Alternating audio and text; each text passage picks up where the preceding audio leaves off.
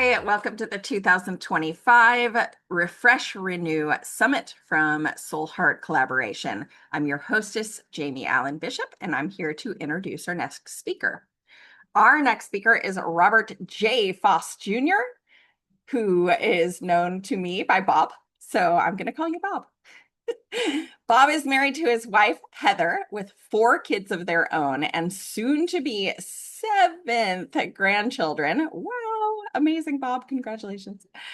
He's a career captain with the large metropolitan fire department with 32 years of experience. He also has he has also served with several smaller departments in New Jersey, New Hampshire, and West Virginia. A recent graduate of Southern New Hampshire University with an MBA with an emphasis in leadership. He is a Maryland Task Force 1 Urban Search and Rescue Team member, the Haz-Mat team leader for the county's Hazardous Incident Response Team, and an instructor at the Public Safety Training Academy and On-Scene Training Associates. Bob is a former Vice President of F.O.O.L.S International. Please connect with Bob at onefossfamily@gmail.com. That will be written for you in the upcoming presentation at the very end and throughout. But please, please help me welcome Bob Faas. Yay, Bob! Good morning. My name is Robert Joseph Faas, and I'll be talking about the vulnerability and resilience here at the Bridging the Gap Between Personal and Professional Development Symposium. Before moving too much further forward, I'd like to take a moment and shout out a special thank you to Jamie Allen Bishop and the Soul Heart Collaboration for allowing me the opportunity to participate in the Bridging the Gap Between Personal and Professional Development Symposium this week. Personal vulnerability, as defined by Drew, is the vulnerability that refers to the state of being exposed to the possibility of harm, which may come in emotional, physical, economic, environmental, or social forms. The vulnerability can be due to one's personal characteristics or from external situations and forces. As a cause for humility, we read in Ether 12:27, "And if men come unto me, I will show unto them their weakness. I give unto men weakness that they may be humble." Personal vulnerability and me. I am often referred to and considered as being passionate, compassionate, and empathetic, all of which are characteristics commonly found in people who are willing to be personally vulnerable.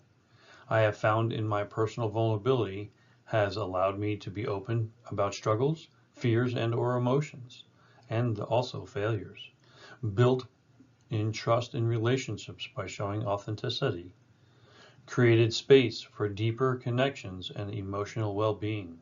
An example of this, when I was involved in a serious motor vehicle accident in August of 2007, where I broke my back. This incident had tremendous impact on me and my life.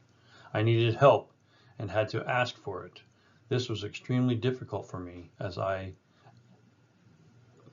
struggle with asking for assistance. That as a first responder, I am there to help and not necessarily to be helped. We find in Alma 7:11-12 that because Jesus Christ experienced pains and afflictions and temptations of every kind, he is able to succor his people according to their infirmities. He understands human weakness and can provide help and comfort. Personal vulnerability continued. As a professional fire, I am by nature more vulnerable than others. This job is inherently dangerous, where we are exposed to dangerous situations, events, and incidents, increasing our personal vulnerability. Due to the physical and psychological stressors of seeing and dealing with people during what they perceive as the worst time in their lives, our vulnerabilities increase as well. In Ether 12:37, we find that necessary for growth, the conscious awareness of one's weakness is a catalyst for positive change. Moroni was told by the Lord, because thou hast seen thy weakness, thou shalt be made strong. dealing with what we see. As firefighters, EMTs, paramedics, dispatchers, police officers, and the men and women of our military, we all face with and deal with the stressors of our calling very differently. Unfortunately, statistics paint a bleak picture of how we handle these issues. As you see in the picture here, there is an increase for PTSD, increase in use of alcohol and drugs as well. Unfortunately, these crutches tend to be how we deal with these issues and problems. Professional vulnerability. Vulnerability is a complex matter, as it is often tied to or associated with weaknesses, which often is not the case. In the fire service, it is necessary to build upon or develop our understanding of risk in the sense that we acknowledge that risk not only depends on the severity of the hazard or the number of people exposed, but it is also a reflection of the susceptibility of people and assets to suffer loss and damage, which is their level of resilience. Professional vulnerability strengthens leadership through authenticity and humility. This provides a means to open feedback, admitting when you don't know something or sharing failures transparently. It also builds stronger teams by encouraging psychological safety. Learning from shortcomings. Several years ago, I was the first engine officer on a house fire. Upon arrival, there was a fire in the basement, and I had decided to take my crew and knock the fire from the outside, then work our way in after that. Several weeks later, I was approached by the command officer on that incident, and he had confronted me and called me and my actions cowardice. This hit me hard and made me seriously doubt and question myself. No matter what explanation I tried to give, he pushed back against me even harder. Following this incident, I took a step back, talked to my role models and mentors about the incident, and learned from it. In the fire service, we find some people experience higher levels of vulnerability than others. Vulnerable people, communities, are those that find it harder to recover or reconstruct their livelihoods following exposure to or an experience of a hazard, thereby making them more vulnerable to the effects of subsequent hazardous events. Consequently, we must reduce vulnerability to improve resilience, which then will also reduce risk. Societal vulnerability.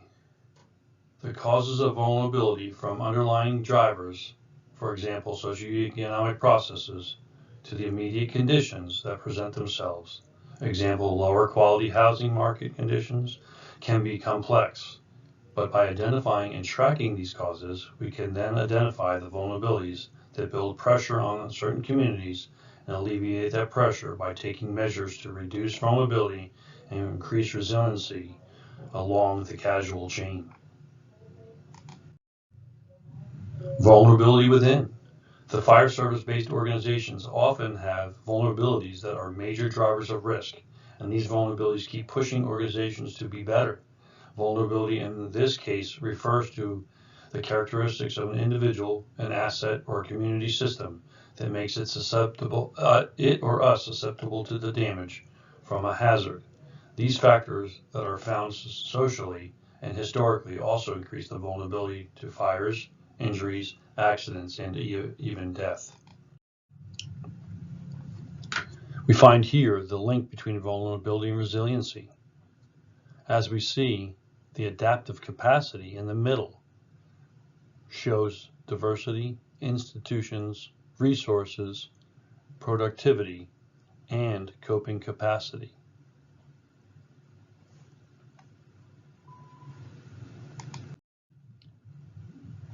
Why both matter together? Vulnerability and resilience are not opposites. They are actually complementary of one another. Vulnerability allows us to acknowledge our challenges and ask for help. Resilience is what allows us to move forward, often made stronger by the support of vulnerability enables. Together, they promote stronger relationships personally and professionally. They create more emotional intelligence and leadership, and they build cultures that are both high-performing and human-centered. Personal resilience. In personal resilience, we find there is a capacity to recover from personal setbacks, trauma, and/or adversity. It is deeply tied to self-awareness, emotional regulation, and growth mindset. We can strengthen it through self-care, strong support systems, and purpose.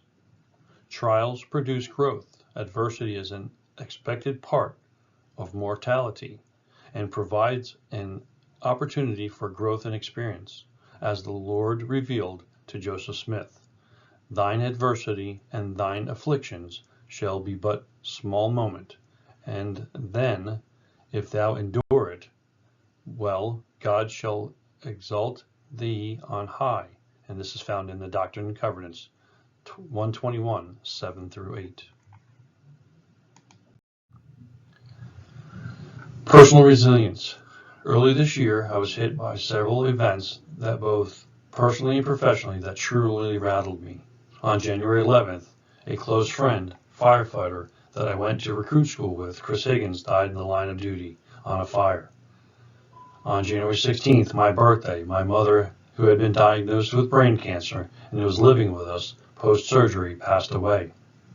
And on top of that, I was passed up for a promotion to a position that I was currently placed in a long-term bump up as the battalion chief. In Ether 12:4, we find that hope as an anchor. Hope in Christ's atonement provides an anchor to the souls of men, making them steadfast and secure even amid great difficulty.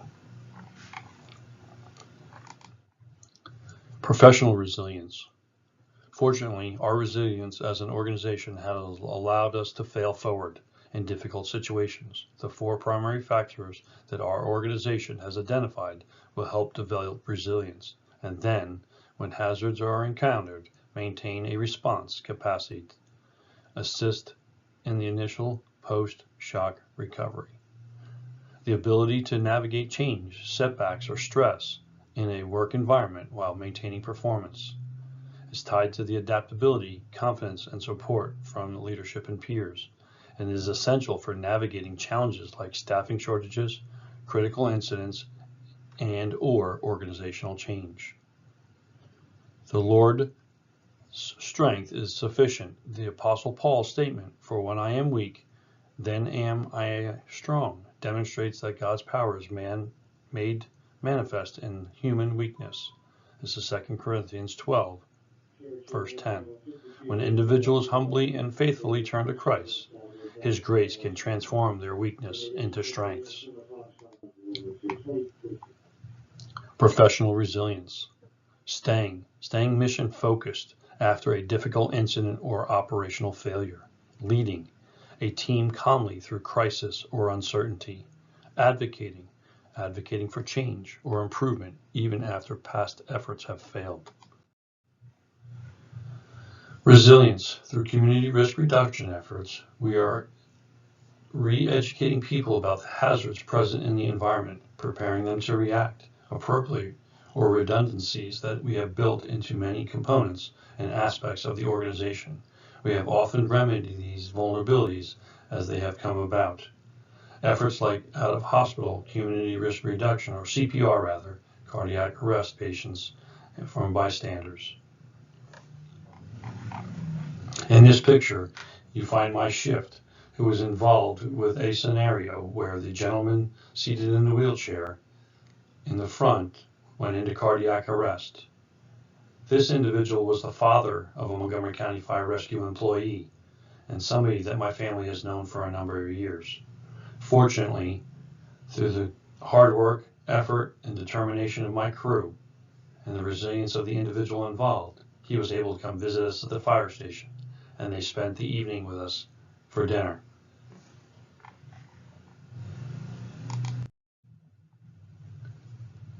Resilience. Year after year, we continue to see an increase in our call volume for both fire and EMS events. Ensuring the deployment of resources into the most vulnerable areas is essential. As an organization, we are working to develop better practices in dealing with firefighter resilience that will address mental, emotional, and physical preparations. Organizationally, we face four basic threats to our resilience: surges in demand from multiple unrelated incidents, sudden system drain from large or complex incidents, resource draining externalities like prolonged transfer of care times in the ER, and brittle support structures. The application in the fire service. As a leader in high stakes environments like the fire service, showing vulnerability can help break down the stigma around mental health, admit the toll the job can take, and encourage others to speak up. Demonstrating resilience sets the tone for perseverance, operational focus, and long-term wellness. To wrap it all up, Ernest Hemingway says it the best people possess a feeling for beauty, the courage to take risks, the discipline to tell the truth, the capacity for sacrifice. Ironically, their virtues make them vulnerable. They are often wounded and sometimes destroyed.